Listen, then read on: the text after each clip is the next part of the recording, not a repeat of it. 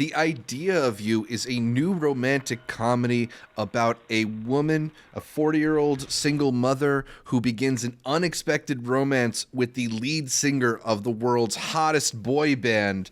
This film is directed by Michael Showalter and co-stars Anne Hathaway alongside Nicholas Galitzine, and it made its world premiere at the South by Southwest Film Festival in Austin, Texas, where we're no longer at, but we're still talking about a bunch of cool South by Southwest movies. I'm Zach Shevich, joined by Arturo Zach and Amanda the Jedi. Amanda, this sort of adaptation of popular romance book into buzzed about movie is sort of your bread and butter. I know you were excited to check out this one, which is based on The Idea of You by Robin Lee, and apparently was a Harry Styles fan fiction turned into feature-length film for Amazon. Yeah. How do you feel this film handled the adaptation from fan fiction to an Anne Hathaway movie? You stretched for this one. This was your most anticipated. I saw you were like, oh, time to get to work.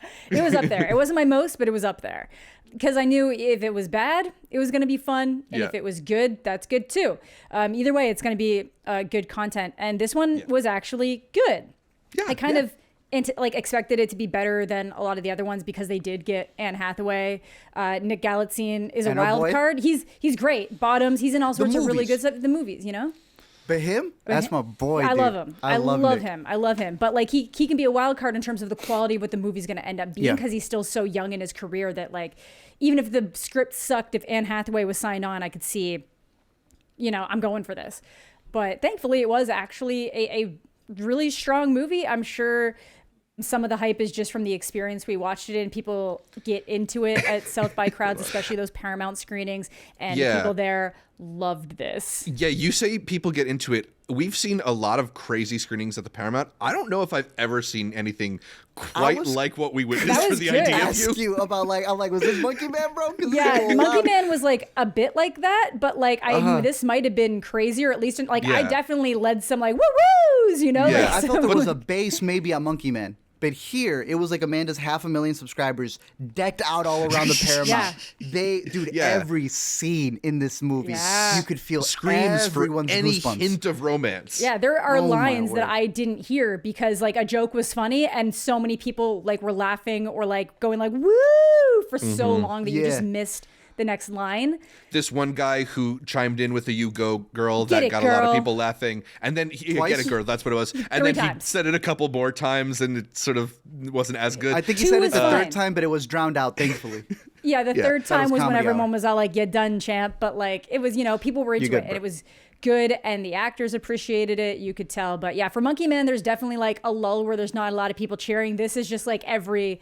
At least 5 minutes something's happening to make someone go like, woo, or aw, Well, it's also got this really soapy quality to it, and not in a bad way, that it's just sort of like fun. I feel like this is a good group watch movie, like in terms of cheering for the things you want and kind of like being upset with the people standing in their way. I think it's a very easy movie to kind of get on its side and root for its characters, and particularly because Anne Hathaway is so radiant and just like fun, I just feel invested in her happiness generally. Absolutely. So and it just, I think it's a movie that sort of acknowledges the sort of weirdness of its premise and leans into it and has fun with it.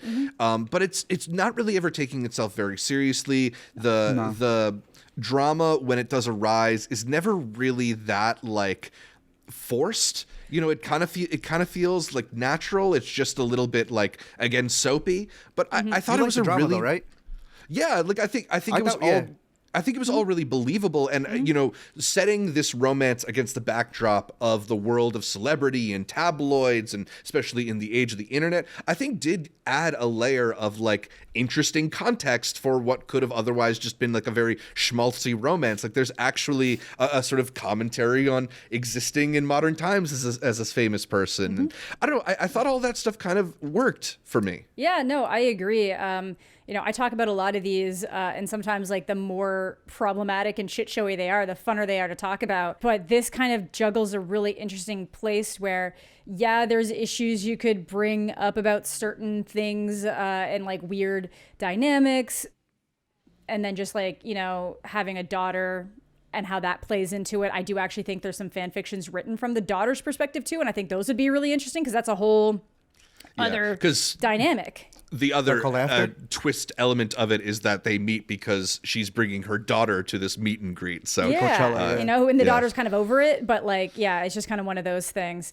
So middle school. The thing that I kind of loved about it is that the daughter didn't like idolize him in that way anymore. Yeah, or ever, because it was always Rory. She liked Rory. It was always Rory. But it's really fun. So I do think it kind of like gets out of the area or the issues that a lot of these like fan fiction related movies or like the Wattpad-esque movies, like your Afters and your Beautiful Disaster, something like that, Beautiful Something, all those ones that are kind of like weird. It does still obviously have like the wish fulfillment aspect of it. And I do think it's really funny that there's like this whole aspect that like, no, she's not like the other moms that are here for the band. She's like, she doesn't care about any of these people, but the whole story is written as like a self-insert fan fiction thing. So technically you are one of those people, which I always find interesting. I do think it's kind of engaging with the question or like where, a lot of people wouldn't have, like now I think it's changed, but for the longest time, no one would critique somebody in their late 30s, 40s dating someone who's like late, like 19, 20, 21 type thing. And if you reverse it, like how people can be like way more cruel about it.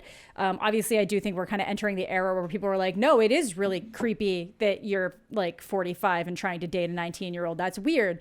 But it's kind of interesting to just see the shoe on the other foot. And people oftentimes don't want to, like, people are mad that Keanu Reeves' wife is older than him. And that's weird. So. Right. Sort of reversing the genders of the typical age gap dynamic, I think adds a layer to it too. And I mean, I think it's interesting. I don't think you've read the actual fan fiction yet, right, Amanda? Not yet. It is on the list. That is my next week's project.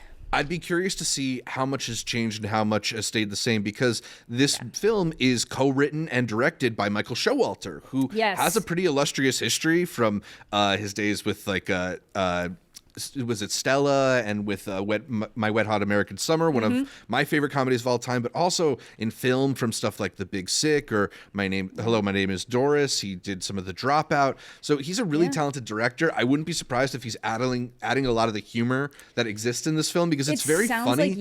It sounds like they mentioned that in the Q&A. Yeah, and it's very knowing about its situation, right? Like I think all the things that you're thinking they kind of voice at some point, and make a joke about or undercut or something like that. So I thought it was satisfying in the sense that they're not like hiding from what this movie is about. Yeah, no, I totally agree. I am interested to dive in on it because the director was not there, which to me maybe strikes that she was not as involved with the process of making the movie as the author. You mean the writer? The author of the book wasn't there. Yeah, the book writer. You said director, I think. Oh, sorry. The author of the book was not there. Yes. So to me, that just strikes as, maybe, she wasn't super involved with this. Or who knows? I don't know. Because I just feel like if you start on fan fiction, it is an exciting thing to be there for something like this. I know I saw another movie where the director was there, even though they didn't have like a very hands-on take with the movie.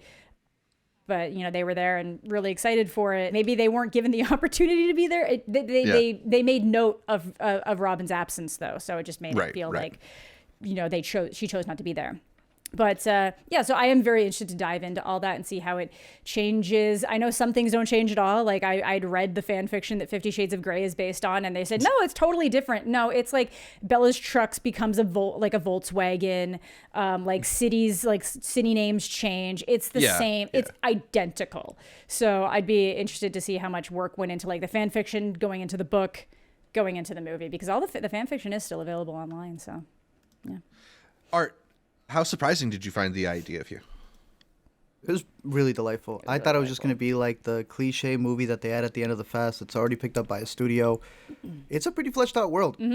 I think that we do have a Wattpad genre. Like, I would not call this our old romance, rom-com type movies. I think this is a little different. I think the core of this is that genre that, Amanda's covered, that I've covered, this weird... amalgamation of it being like a real story turned into something else, like Almost Famous. Yeah. You know, that's a movie that I think is doing something completely different to this new slew of movies that are coming out. Yeah. But this is finally a good one, and I think that's when you start solidifying the genre. Once you get an Anne Hathaway, woke Timmy in this, and you get a movie that actually feels lived in because they hired, I'm blanking on the person's name, every single that they had in this movie that's supposed to span a decade or so, they hired someone to make every single one.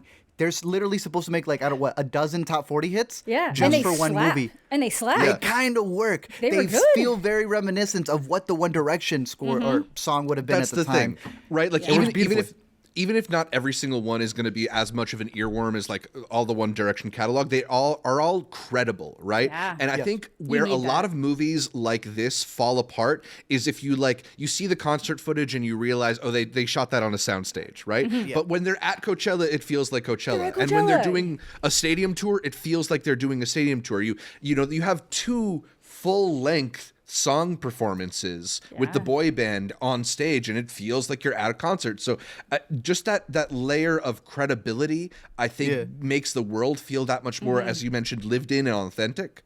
Yeah. And even when they go, it really helps. That one's not what was this band called? August Moon Song. That was actually an original by one of the single artists. I was like, wow, you're going that deep. They're going that into deep, and that is like a that. whole aspect. I like that a lot, and the fact that they made it feel that real without having to hijack a weekend concert. They were giving these out as well, which was like a backstage pass to kind of like add to the whole edition of it, as well as these like the wristbands, like that's the wristbands cool. What it was supposed to be. I thought that was an interesting touch fake tabloid paper. I know you guys didn't get the tabloid paper. I didn't get the tabloid. They would not give me more than one. I think it's because they were down to like 20, but like still, it's cool. And that the fake record. I totally forgot about that. Mine's in my bag. They have a whole world built Kate's into in it my that I bag. think it makes it stand out from a lot of the other like cookie cutter stuff. So when you get those emotions of like, is this woman gonna go for this guy? Like Amanda was saying, we were a little worried that there was gonna be like a stigma against it. And then everybody went with it because you never really know with these movies or, how the roles are reversed. But I believe she is supposed to be 44. He's in his 20s. I think just 40, She actually. just turned 40.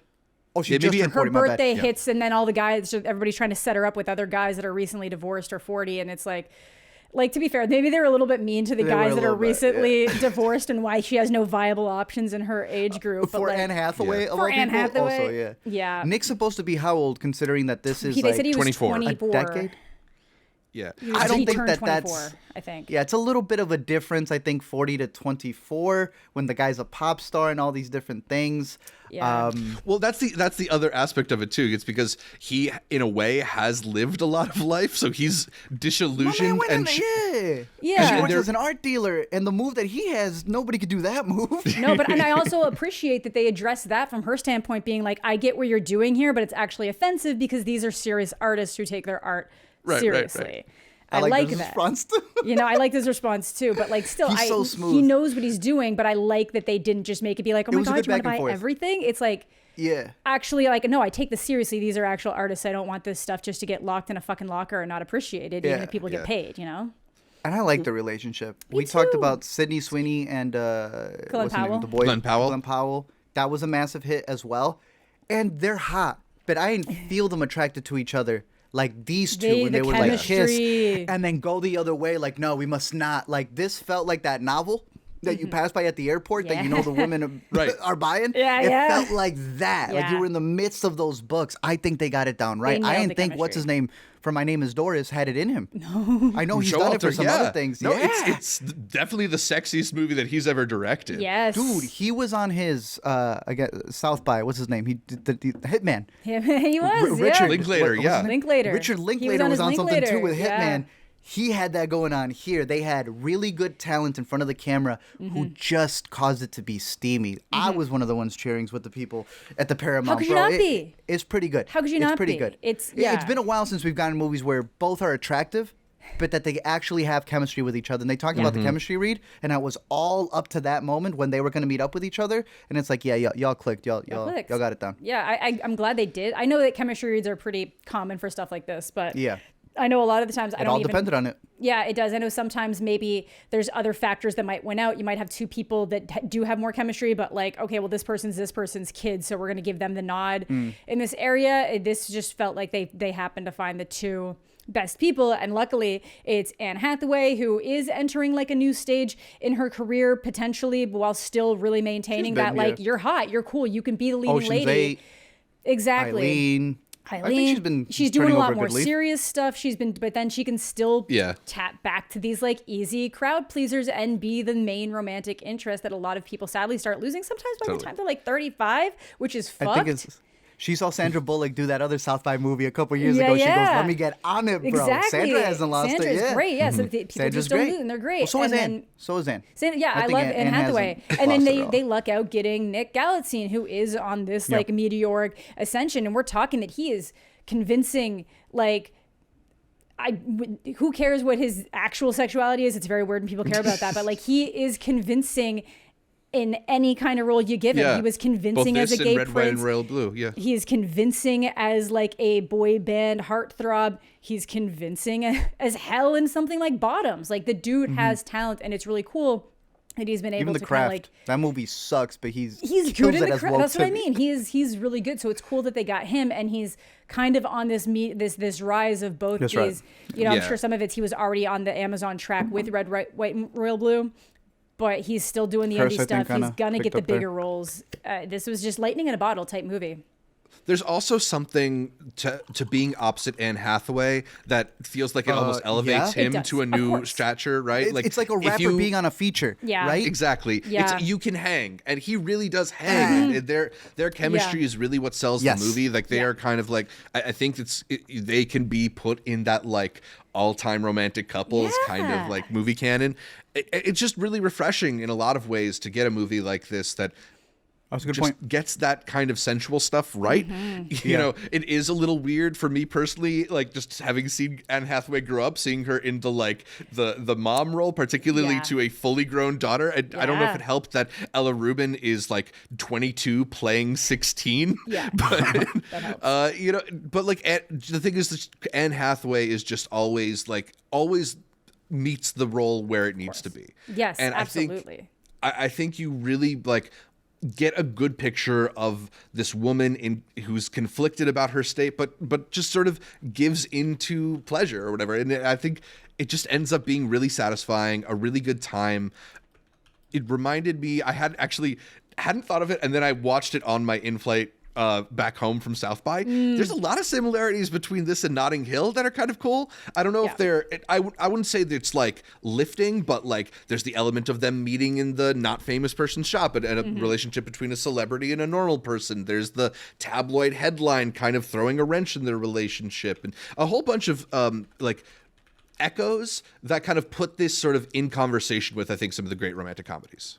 No, I definitely agree wholeheartedly. It's and I think maybe it's one of those ones I'm excited to see it again, and I do need to watch Notting Hill just to kind of see, because when you mentioned that to me, I was like, that's so true. So I'm gonna have a lot of fun kind of going there. But yeah, it does still feel like it stands on its own, obviously, just from like this boy band premise. Like I feel like a lot of the fan fictions, they always take, it's kind of like the same thing 50 Shades did it and After did it. They basically take the person and they kind of pull them out of the scenario they're in. So like, you know, Christian Grey was never a vampire when he was Edward in the fan fiction. And Hardin Scott was not in a boy band in the After. It's you want to take the celebrity that you have a crush on and put them in the world where it makes sense for you to be with them. This is one of those ones that's engaging with it. This is still a celebrity. This is still an ultra famous person in a band. And that's part of what I want to engage with this story, because I do think it is a little bit less wish fulfillment as much as it is both that and just wanting to address what that kind of story would look like if somebody who's really famous, that's known as being a heartthrob, that has millions of people who like love them around the world, does get involved with just a normal person who, you know, people can very easily critique. I thought that was like a really interesting way to address it. You know, it happens in reality, so I was interested to see it through fiction. What's the other guy from the other two? Chase? Chase Dreams. when Chase Dreams dated the girl, and he's like, we can't break up because there's got to be a step process to it. They're gonna hate you if I break up with you, but you're breaking up with me. But they're gonna think I broke your heart. Yeah. Shout out the daughter, Ella Rubin, in this. I thought that they were able to create some really intimate moments between her and her mom with Anne Hathaway at the end that I thought were pretty profound. You know, just being honest in a relationship that's a mother-daughter duo. They handled that extremely well. Yeah. And they, I believe, also said that it was her first performance, so I thought she did really good there. She did. She was great. Reid Scott as the father was the perfect asshole that you needed so in the movie. He looked really clean. Annie Mumolo, I don't know if she was a sister or the friend. Oh, she was just a friend. Bro, she's great. She was the one who had some banger lines, but the problem was that so many people would be laughing. She got that short end of the stick because you missed the over better her lines. punchline. You get the first so I'm joke excited and to then you miss revisit. yeah, so excited. I'm excited to revisit some of hers because she had some really funny ones, and also was like the really cool friend who was like, "No, I understand both these scenarios are kind of the same, but like I don't like him and I like you, so that's where I'm dying." It was just like a really good friend to have, and one of our twofers, our duos at Sundance, Raymond Cham Jr. Never seen this man in other movies, I don't think. And But then we saw him, we caught him in a twofer here, and he just played the asshole here perfectly as well because he's one of the 5 in the band, and the one who's always trying to instigate stuff. And the bad boy instigator. Yeah, he's been this perfect catalyst for a lot of our favorite movies at South by. Yeah. He's really one nice to too. We watch. had a chance to kind of compliment him on his work, and he was, very, very humble, very thankful. So he was nice. Yeah. Good for him. Yeah. And Graham Norton, really good job having Graham Norton, come in and play himself. That adds a level of authenticity. Whenever you can get actual hosts, television hosts for something that are not Jimmy Fallon. That are not Jimmy Fallon. It adds such a level of authenticity, especially where he's British. It would make sense. You'd be on the Graham Norton show. Does he have a British accent in the movie? He does. Okay. He does. I know I had a sometimes moment he'll just too. lose it. Sometimes he'll say it. I'm like, oh, you liar. Yeah, he was singing. He was singing a song, and something came out with a British twang. And I'm like, has he had a British accent? Irish. Right? Yeah. Oh, he's Irish. Oh. Yeah. Yeah. Wow. Wait, who's Irish? Nick or Graham Norton. Oh, Graham Norton. Yeah, I knew that. Yeah, Graham. No. I thought you meant Nick. Nick Where's is Nick, Nick is British by way of Russian czars. He's royal blue. He's Yeah, literally royal was blood. ousted from Russia back when things kind of flipped over. So weird. Yo, he's a badass? I don't know. It's like one of those things where your family was like, you're not a landowner anymore, and you kind of had to run away. Shit. Something like that. But yeah, technically Russian royalty descended of, or at least rich royalty, the kind of royalty you get because you have money. But yeah, so something now you got like Princess that. Mia, you got him. That's what I mean. There you go. It's a hit on hit. Amazon Prime. On Amazon Prime. They cashed in on Nick, and they are getting their money's worth because he stands out in just everything he does. He's great. But yeah, really, really loved this movie. Really had a really great time with all of it. Which was a nice surprise. I was hoping it was going to be good, or if it had to be so bad that it would be entertaining. But this way, there's still a lot to talk about, and it's just a delight to be like, they finally did it. They finally did one that's unironically good. We had been having a lot of underwhelming South by Southwest experiences, and I think we were pretty skeptical going into this one. So it was a very pleasant surprise in a lot of ways, and one that I think we're all recommending. The idea of you. It should be out relatively soon. May Amazon. 2nd. May 2nd, Amazon Prime. There we go. Yeah. A little bit of a shame if we're not going to get to see it in theaters. I mean, we had the best theatrical experience we can imagine. But I thought they mentioned on stage they were going to do a limited theatrical, but I could be wrong. That might have been for greatest hits. But so far, Wikipedia is not saying anything about it going theatrical, but it does seem like a waste to not have an Anne Hathaway rom-com in theaters. But this one I do think will do well. We got to get the campaign from the Hathaway heads. Yeah, I think this one will do well. The Hathaway heads. I do think this one will do well either way. It's not like an It's What's Inside situation where it's genuinely a tragedy that it is only hitting streaming. Right. But it'd be nice. It deserves it. Yeah. If you can't see it in a theater, see it with a group of your friends and that are into this comment kind of stuff. your way throughout the movie. Yeah. Yeah.